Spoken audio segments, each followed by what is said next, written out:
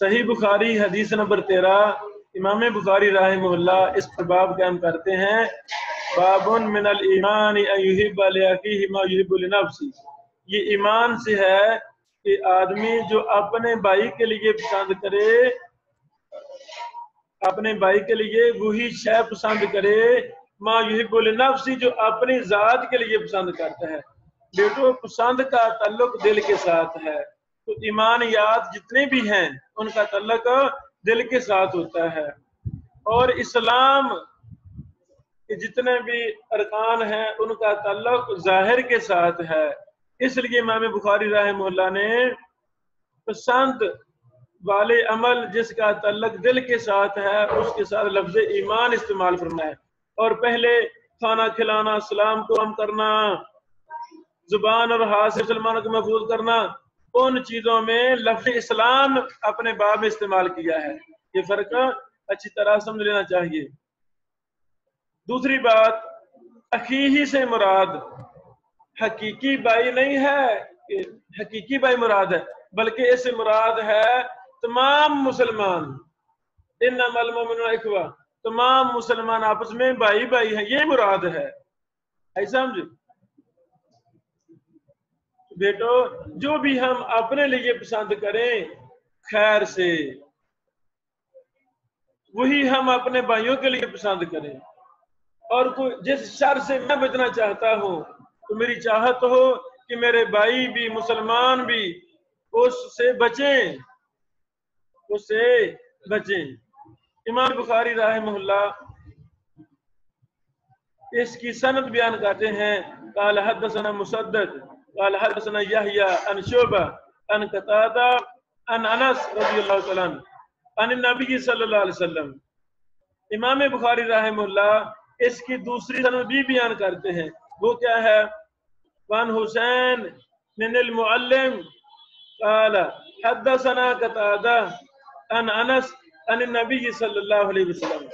بیٹو آپ ایسے سمجھیں، امام قتادہ سے بیان کرنے والے دو شاگرد ہیں، ایک شعبہ ہے، ایک حسین المعلم ہے، ایک شعبہ ہے، ایک حسین المعلم ہے۔ شعبہ قتادہ سے بیان کرتے ہیں، پہلی سند میں وہ سیدنا انس سے، دوسری سند حسین المعلم قتادہ سے بیان کرتے ہیں، وہ انس سے۔ آگے سمجھے؟ تو قتادہ کتنے شاگرد ہوئے بیٹو؟ دو شاگرد، بات ختم ہو گئی۔ اچھا، رسول اللہ صلی اللہ علیہ وسلم نے فرمایا، لا یؤمن احدکم، نہیں مکمل مومن ہو سکتا، احدکم تم میں سے کوئی ایک، کامل ایمان والا، حتی یحب لاخیہ، یہاں تک کہ وہ پسند کرے اپنے بھائی کے لیے، ما یحب لنفسہ، جو پسند کرتا ہے اپنے لیے۔ یہ تو بڑی عظیم صفت ہے۔ پسند کا تعلق ہے دل کے ساتھ۔ آپ کا کیا خیال ہے؟ جب میں دلی طور سے آپ سے اچھا ہوں گا، میرا دل مخلص ہوگا آپ کے لیے، جو میں پسند کروں نیکیاں کرنا وہ آپ کے لیے بھی پسند کروں، جن چیزوں سے میں بچوں میں آپ کو بھی بتاؤں بیٹو فلاں سے بچ جاؤ، فلاں چیز سے بچ جائیں، وغیرہ وغیرہ۔ تو جب میں آپ کے لیے دل کے اعتبار سے مخلص ہوں تو پھر کیا میں اپنے دل میں آپ سے کنہ رکھوں گا، بغض رکھوں گا، حسد رکھوں گا، تکبر اختیار کروں گا؟ بولو نہیں، تکبر انسان بچ جاتا ہے۔ یہ بہت اچھی صفت ہے۔ آج کل مسلمانوں نے اس عمل کو چھوڑ لیا ہے، میں پسند کرتا ہوں میرے لیے گاڑی بنگلہ ہو، میں پسند کرتا ہوں، آپ کے لیے پسند نہیں کرتا۔ اگر آپ میرے ملازم ہیں، میرے ادارہ میں کام کرتے ہیں، میں پسند کروں گا میرے پاس پجارو ہو، آپ کے لیے پسند نہیں کروں گا۔ میرے پاس مرسیڈیز ہے، آپ کو میں موٹر سائیکل ہی پسند کروں گا، بھی آپ اسی باری کام کریں، کہیں میرے برابر نہ ہو جائیں، اللہ تعالیٰ معاف فرمائے۔ تو بہرحال پسند اور دینے میں فرق ہے۔ پسند ہونی چاہیے، یا اللہ میرے بھائی کو بھی یہ گاڑی دے دے، اس سے بہتر گاڑی عطا فرما دے۔ اس کا یہ نہیں مطلب کہ میں آپ کو لے کر بھی دوں، بعض یہ کہہ دیتے اس کا معنی یہ ہے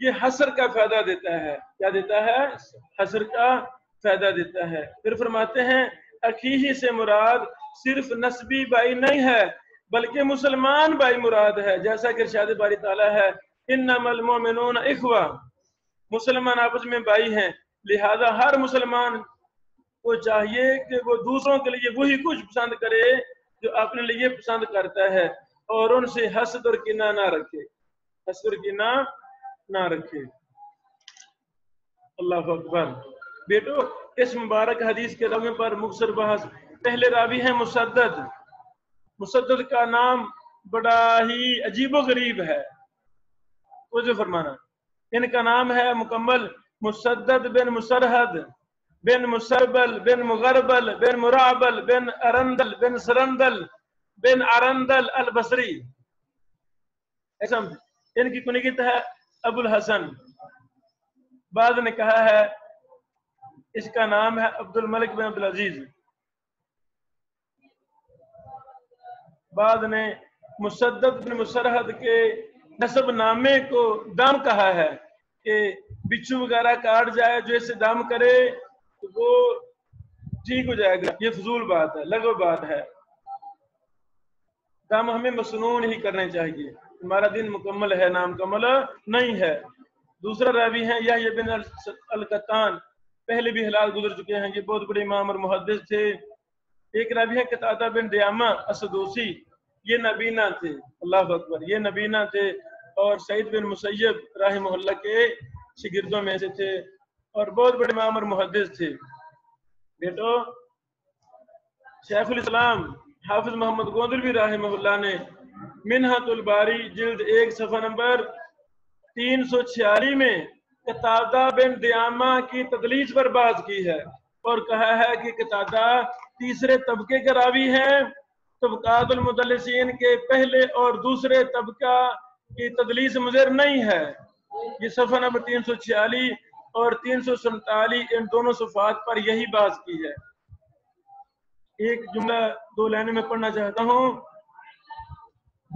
فرماتے ہیں ہاں پہلے اور دوسرے طبقے کی تدلیس کو محدثی نظر انداز کر دیتے تھے، جیسا کہ سفیان کی تدلیس بہت نادر ہے.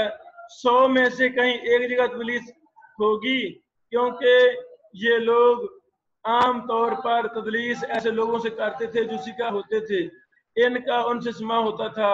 درمیان میں کوئی واسطہ چھوٹ بھی گیا ہے تو وہ سکہ ہے، اس لیے محدثین نے پہلے اور دوسرے طبقے کی تدلیس کو نظر انداز کیا ہے.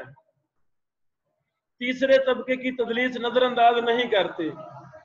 قتادہ کو حافظ نے، حافظ کیا مراد ہے؟ شیخ الاسلام حافظ ابن حجر اسقلانی رحمہ اللہ. حافظ نے اللہ اکبر فرماتے ہیں قتادہ کو حافظ نے تیسرے طبقے میں شمار کیا ہے. آگے سمجھو. تو یہی محدثین کا موقف ہے. الحمدللہ اس پر ہمارے کئی ایک لیکچر دورہ جات میں ہوئے ہیں، ہم نے کتابوں میں بھی اس پر تفصیل لکھی ہے. یہی محدثین کا منہج ہے. قلیل التدلیس راوی کی ان والی روایت مقبول ہے. سفیان بن عیینہ، سفیان ثوری، امام ابن شہاب زہری وغیرہ وغیرہ. پہلے اور دوسرے طبقے کے راویوں کے ان والی روایتیں قبول ہوتی ہیں اور تیسرا طبقہ، چوتھا طبقہ، پانچواں طبقہ مدلسین کی ان کی ان والی روایتیں ضعیف ہوتی ہیں، اللہ کی سما کی صراحت مل جائے. اس پر ہماری تفصیلات لیکچروں کی شکل میں موجود ہیں، وہ دیکھے جا سکتے ہیں. کچھ اور فوائد حدیث نمبر 13 کے حوالہ سے. اللہ اکبر. میرے بیٹو مسند امام احمد میں یہی حدیث ہے، لکھ لیں 13,875 نمبر. اس میں یہ لفظ ہیں لا یؤمن احدکم حتی یحب للناس. لأخیہ نہیں ہے، لجارہ نہیں ہے، بلکہ کیا ہے؟ للناس، تمام لوگوں کے لیے. تو معنی واضح ہو گیا نا. ما یحب لنفسہ وحتی یحب المرء لا یحبہ الا للہ. یہ اضافہ بھی ہے. جہاں تک وہ محبت کرے کسی شخص سے، نہیں وہ اسے محبت کرتا مگر اللہ کے لیے، اللہ کی رضا کے لیے. اس کی بیٹا یہ سب صحیح ہے. اچھا، اسی طرح امام احمد بن حنبل رحمہ اللہ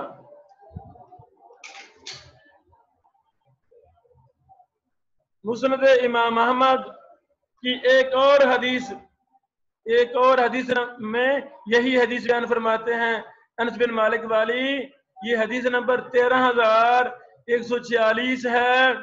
والذی نفسی بیدی لا یؤمن عبد حتی یحب لاخیہ ما یحب لنفسی. بیٹو اس میں والذی نفسی بیدی کا اضافہ ہے. اس ذات کی قسم جس کے ہاتھ میں میری جان ہے. آئی سمجھ؟ اس میں یہ قسمیاں جملے کا اضافہ ہے اور لفظ عبد ہے. لا یؤمن عبد.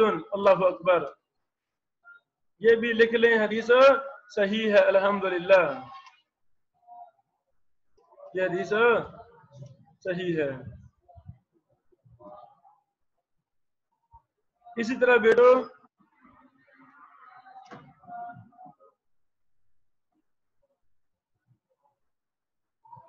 امام محمد رحمہ اللہ اسی حدیث کو حدیث نمبر 12,801 میں بھی بیان کرتے ہیں. یہاں ایک سند کا فائدہ میں بیان کرنا چاہتا ہوں. قال حدثنا محمد بن جعفر. امام محمد فرماتے ہیں 12,801. قال حدثنا شعبہ وحجاج.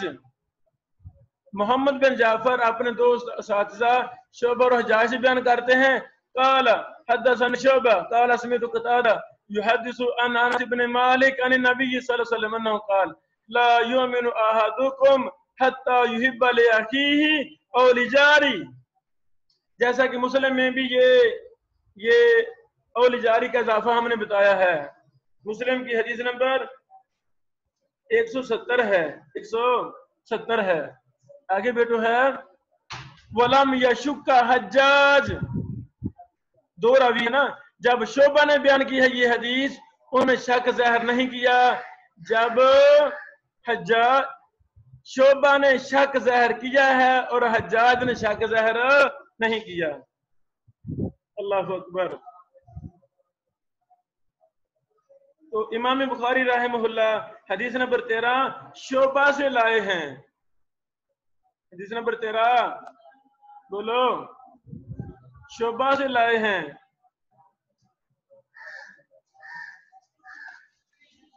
امام بخاری رحمہ اللہ نے شعبہ کی حدیث بیان کی ہے اور یہاں شک کو ظاہر بھی نہیں کیا.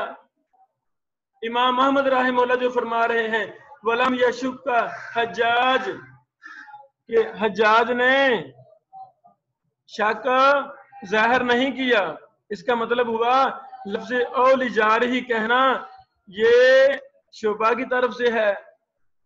امام بخاری رحمہ اللہ نے وہ چونکہ ماشاءاللہ جرح و تعدیل علل کے بہت بڑے امام تھے تو ان کے ہاں یہ شک شعبہ کی طرف سے نہیں ہے. بارک اللہ فیکم. اسی کے ساتھ ہماری یہ بات ختم ہوئی. السلام علیکم ورحمۃ اللہ وبرکاتہ.